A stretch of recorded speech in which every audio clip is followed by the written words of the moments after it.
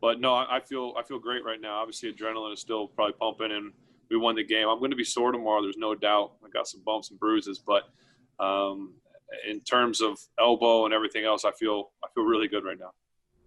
Ben Roethlisberger might be a little sore. He might be a little tired from playing on Monday Night Football. The Steelers are 1-0 thanks to a 26-16 win over the New York Giants at MetLife Stadium. Hi, everybody. I am Missi Matthews. Welcome to the Extra Point presented by Microsoft Surface. A lot to talk about, including Ben in the offense, the Steelers defense stopping Saquon Barkley. So let's introduce you to today's panel. Mike Prisuta, kind enough to join us once again from the WDVE Morning Show. We also have Matt Williamson joining us today. You can hear him on Steelers Nation Radio, and also former Steelers outside linebacker Arthur Moats. I know he wants to talk about stopping Barkley, but guys, we are going to start with Ben Roethlisberger. We know the story today. A year ago is whenever he was injured in that Seattle Seahawks game, left Heinz Field, ended up having season-ending surgery. So the comeback for sure is something we have been closely following since that took place last year.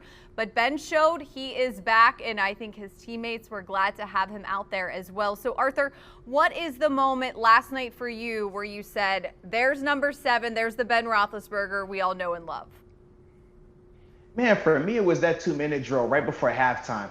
I felt like prior to that moment, man, as a whole, the offense just wasn't clicking. He had took some shots early on, but I felt on that 2-minute drill, man, he did a really good job of utilizing Juju out of the slot, making some timely passes, and ultimately was able to put an exclamation point on the half and get that touchdown, man. So for me, that was that moment. All right, Matt, what was it for you last night? Yeah, right in that neighborhood too. And into the second half, I started to gain a lot more confidence in him. But there was a stretch I was quite worried. I mean, he got his left knee rolled up on. Early on, I thought his timing was very off. It really showed up in the screen game, some of the quick hitting routes. And he started to really come around and look like himself. All right, Prisuta, do you agree with them, or was there another moment? Of course I don't agree with them. I actually liked the throw to Claypool in the first quarter, late first quarter. I think it was 3rd and 9 and a 28-yard. I liked it because he threw it to Claypool. We did some work during training camp together. I kind of like Chase Claypool. But, trusting his rookie receiver, throwing into what looked like double coverage and saying, you know what, we're going to make this play anyway. And then they extended that drive and went down and got a field goal out of it. I wasn't expecting them to come out 15 for 15 or anything like that. But I thought, once they made a play that had a degree of difficulty attached to it, I think everybody kind of exhaled and just played ball. 3 touchdowns, no interceptions. I think that is a good start, especially for week 1. And as Matt, you were mentioning, the timing with the receivers, of course, Juju Smith-Schuster, somebody who knows him, but they missed a large chunk of last year working together. So were you guys impressed with Ben or also with the wide receivers and what they were able to do? Matt, we'll start with you. All the above. I thought Juju played a very good game. I thought his route running was very strong, at least off the TV copy that I watched. Mike referenced the Claypool play. I mean, I think that's just a sign of things to come. And I was impressed with Deontay Johnson, too. I mean, overcoming a couple gaffes early on to really be a solid contributor. And how about James Washington, showing that strength to get into the end zone, too. It's a good young group of receivers. Arthur, what do you think about those guys? Yeah, for me, man, I was personally more impressed with Ben because obviously the storyline surrounding Ben was what was his elbow going to look like, his first live action in over a year. How was he going to be able to handle some of the adversity, the jitters and stuff? Whereas we felt that the wide receivers should dominate this matchup. We talked about that Giants secondary and how they really didn't have a lot of personnel that could match up with the Steelers. So I definitely liked seeing the receivers dominate that matchup, but I was definitely expecting that. Whereas with Ben, because we didn't get a chance to see him in any preseason games, we all had that, just a little bit of concern and uncertainty. But I thought, man, his performance throughout the game, man, was just masterful. Like I said, the way he was able to take some of those hits, continue to get up, continue to make plays, showing a little bit of youth with the nice run as well, man. I thought for me, man, that was the most impressive for me. All right, Prisuta, I know you already mentioned Chase Claypool, so I do want to quickly go over some of the Steelers' injuries that we are certainly going to have to be monitoring on a short week. Talk about the receivers? You can, well, go ahead. Go ahead. What I wanted to say was the play that really sticks out to me is Juju Smith-Schuster recovering the Benny Snell fumble. You know, he had a nice game receiving, but when you're in a running play and you're still staying engaged and you're still carrying out your responsibilities and you're finishing and you see the ball and you fight about, what was it, 7 of the Giants to get it, that tells me he is all in. And for a guy who's coming off a really poor year, I thought it was the right attitude to display that, hey, I'm not just here to score touchdowns. I'm here to do whatever it takes at whatever moment. That was really encouraging to me. All right, well, I was segueing to Benny Snell football, and we will get there. Let's very quickly go over those injuries I was talking about. We did hear from Coach Tomlin today, and nothing real definitive other than that we do know that offensive tackle just won that right tackle starting job. Zach Banner is at least out for this week. There are scans taking place for him.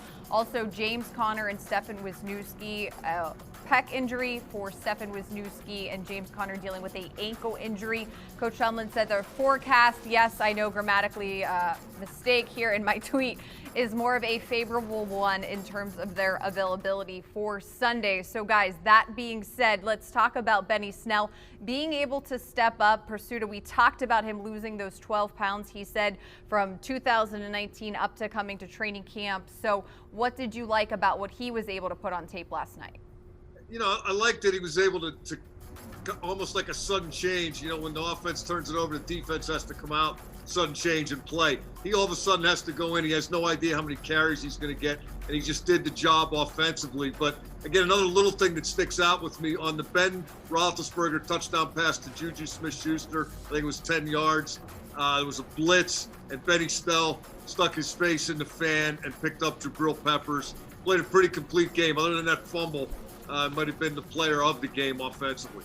Matt, what have you seen Benny Snell improve on from his rookie year last year till what we saw just last night in one game? Well, it's interesting because my perspective, the last time I saw him was the last regular season. I haven't been to practice. He looks like a new guy. You know, I've read about it. I've talked to guys like Mike that have been down there and say, you know, he lost his weight. He looks quicker. Well, it certainly showed up on tape last night, too. His cuts look a lot sharper. I just think he's a lot less sluggish. Arthur, will this be a tough decision if James Conner is able to go on Sunday, and knowing that Benny Snell, what he was able to do, what they might do with the running back situation? I personally don't think it's going to be a tough decision right now. You hear when Coach Tomlin talks about wanting to ride the hot hand, he wants that feature back. And I mean, Benny looked explosive even before James Conner got hurt. We were seeing how James wasn't able to kind of, you know, make something out of nothing early on. Whereas at least with Benny, some of those plays where he was still getting 3-4 yards, I mean, he was getting hit in the backfield. But I just feel like right now, Benny's the more explosive back. Benny just looks good.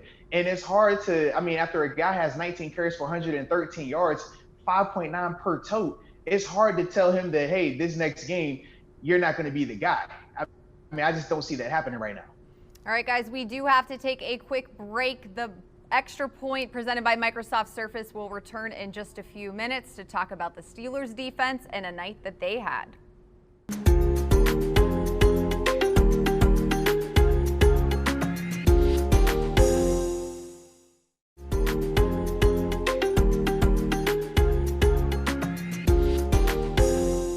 Tonight, we just wanted to smash the run first and foremost, and it was almost whoever could get there first. It was, by the time you got to the ball, it seemed like there were already 3 guys who got there before you. So we smashed the run early. We wanted to make him one-dimensional and have to pass, and I feel like we did a good job of that, but we just got to be able to contain the quarterback a lot better than we did tonight. Smash and run, play fast. These are all things we have heard from TJ Watt throughout training camp and getting ready for their first game of the regular season. Last night, the Steelers winning 26-16. Arthur, I want to start with you, and we start with the Steelers defense and what they were able to do. They made no bones about it. The job was to stop Saquon Barkley. Why were they so effective? Man, they controlled the line of scrimmage. When we talked about this matchup from a preview standpoint, we said that from a defensive standpoint, we felt that the Giants' offensive line was their weak point. They didn't have a lot of talent up there. Andrew Thomas was going to be making his first start. So that was a matchup that we felt that they should be able to dominate, and they did from start to finish. That was the one thing that was consistent throughout the night. They controlled the line of scrimmage. Tyson Alualu, you saw multiple times him in the backfield, great hand usage. Even the young outside linebackers they came in, made plays. Ola Adaney had a nice tackle for loss as well. I thought, man, they just controlled that line of scrimmage, and ultimately that was what made them so one-dimensional last night. Matt, 16 yards on 15 rushes. The fun tweets going around are about how Ben Roethlisberger actually had more rushing yards than Barkley. Were you surprised how well they were able to do this?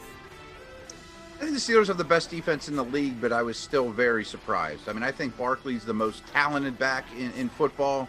When we were previewing it, I often said if the Giants are to win this game, it'll be on his back. I was worried about getting him to the ground. You know, that how's tackling going to be early on without a lot of practice, and tackling that guy in particular. But wow, the team's speed and the bodies they got to the ball and the dedication to shutting him down was exceptional. And I also thought Bush did a great job in coverage with him too. Prisuta, your thoughts on shutting down Barkley? Remember I tried that whiteboard thing last week? Yeah. What I was worried about was, could they get to the level of physicality they needed to and sustain it? Oh, it's back. The Notebook, though. That blew me away, the attack mode that they were in. Tyson Alualu is getting tackles for a loss. Ola Adeni is getting tackles for a loss. TJ Watt had one tackle, guys. One. And he said afterward, it seemed like every time you got to the ball, there were already three guys there. I mean, that, again, a little bit of a slow start, but once it clicked in, that was a feeding frenzy. And you know what? Maybe you don't execute everything perfectly. Maybe you don't play the perfect game. But if you're playing 1,000 miles an hour like that, they are going to be hard to deal with. That was really impressive. And, I take Arthur's point to heart about the Giants' offensive line, but some skilled people on that team, Barkley in particular. I think the quarterback's pretty good. Steelers' defense really took over and put its stamp on that game. Arthur, just other thoughts on the Steelers' defense, especially with Bud Dupree and just the season that he's already starting to put together through one game? Absolutely, man. First off, Matt, you hit on a great thing with Devin Bush in coverage. I thought that he looked really impressive, especially his open field tackling. But when it comes to Bud Dupree, man, this dude, he showed once again that last year was not a one-off. He's showing that he is here to stay, and he really means that, man, in terms of his productivity. I was really impressed by him because he was going up against Andrew Thomas. I mean, we know his draft pedigree and the expectations that they have for him in New York.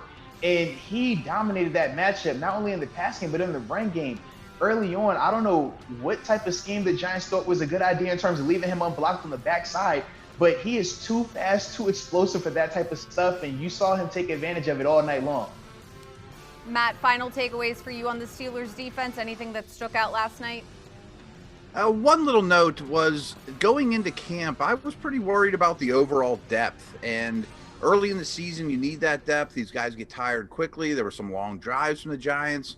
And some of the depth guys came in and did a lot of good things and maintained the level of aggression. And I think that's, pretty promising. Prisuta? Yeah, Matt makes a great point. Robert Spillane played 8 snaps. Chris Wormley played 9. He got 10 out of Alex Highsmith in his NFL debut, 11 out of Ola Adeni, 17 out of Isaiah Buggs. And I think they needed that, particularly in the first game, with conditioning and preseason preparation being what it was. We've beaten that to death, but it's still something you got to deal with when you're actually trying to play a game. And I didn't see a lot of drop-off. They were able to sub guys in and out and still keep the level high and keep the intensity high. Another real encouraging sign for that defense, I thought. All right, another thing the Steelers will have to do this week is to prepare for their upcoming opponent on a short week, but both teams played on Monday night, that being the Denver Broncos. They will be here at Heinz Field, 1 o'clock on Sunday. I want to know what makes you guys scared about that, so we'll talk about that when we return here on the Extra Point, presented by Microsoft Surface.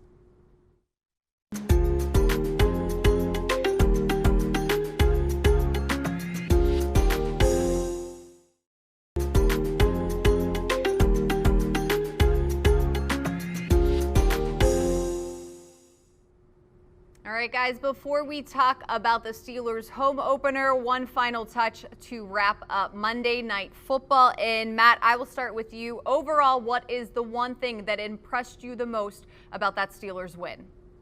It's a tough call. There were several that came to mind. Benny Snell, the defensive depth, the overall performance of shutting down Barkley. But I'm going to go with Snell. I thought he came in right off the bat and really made a difference, and exactly what that team needed from that position. Prisuta?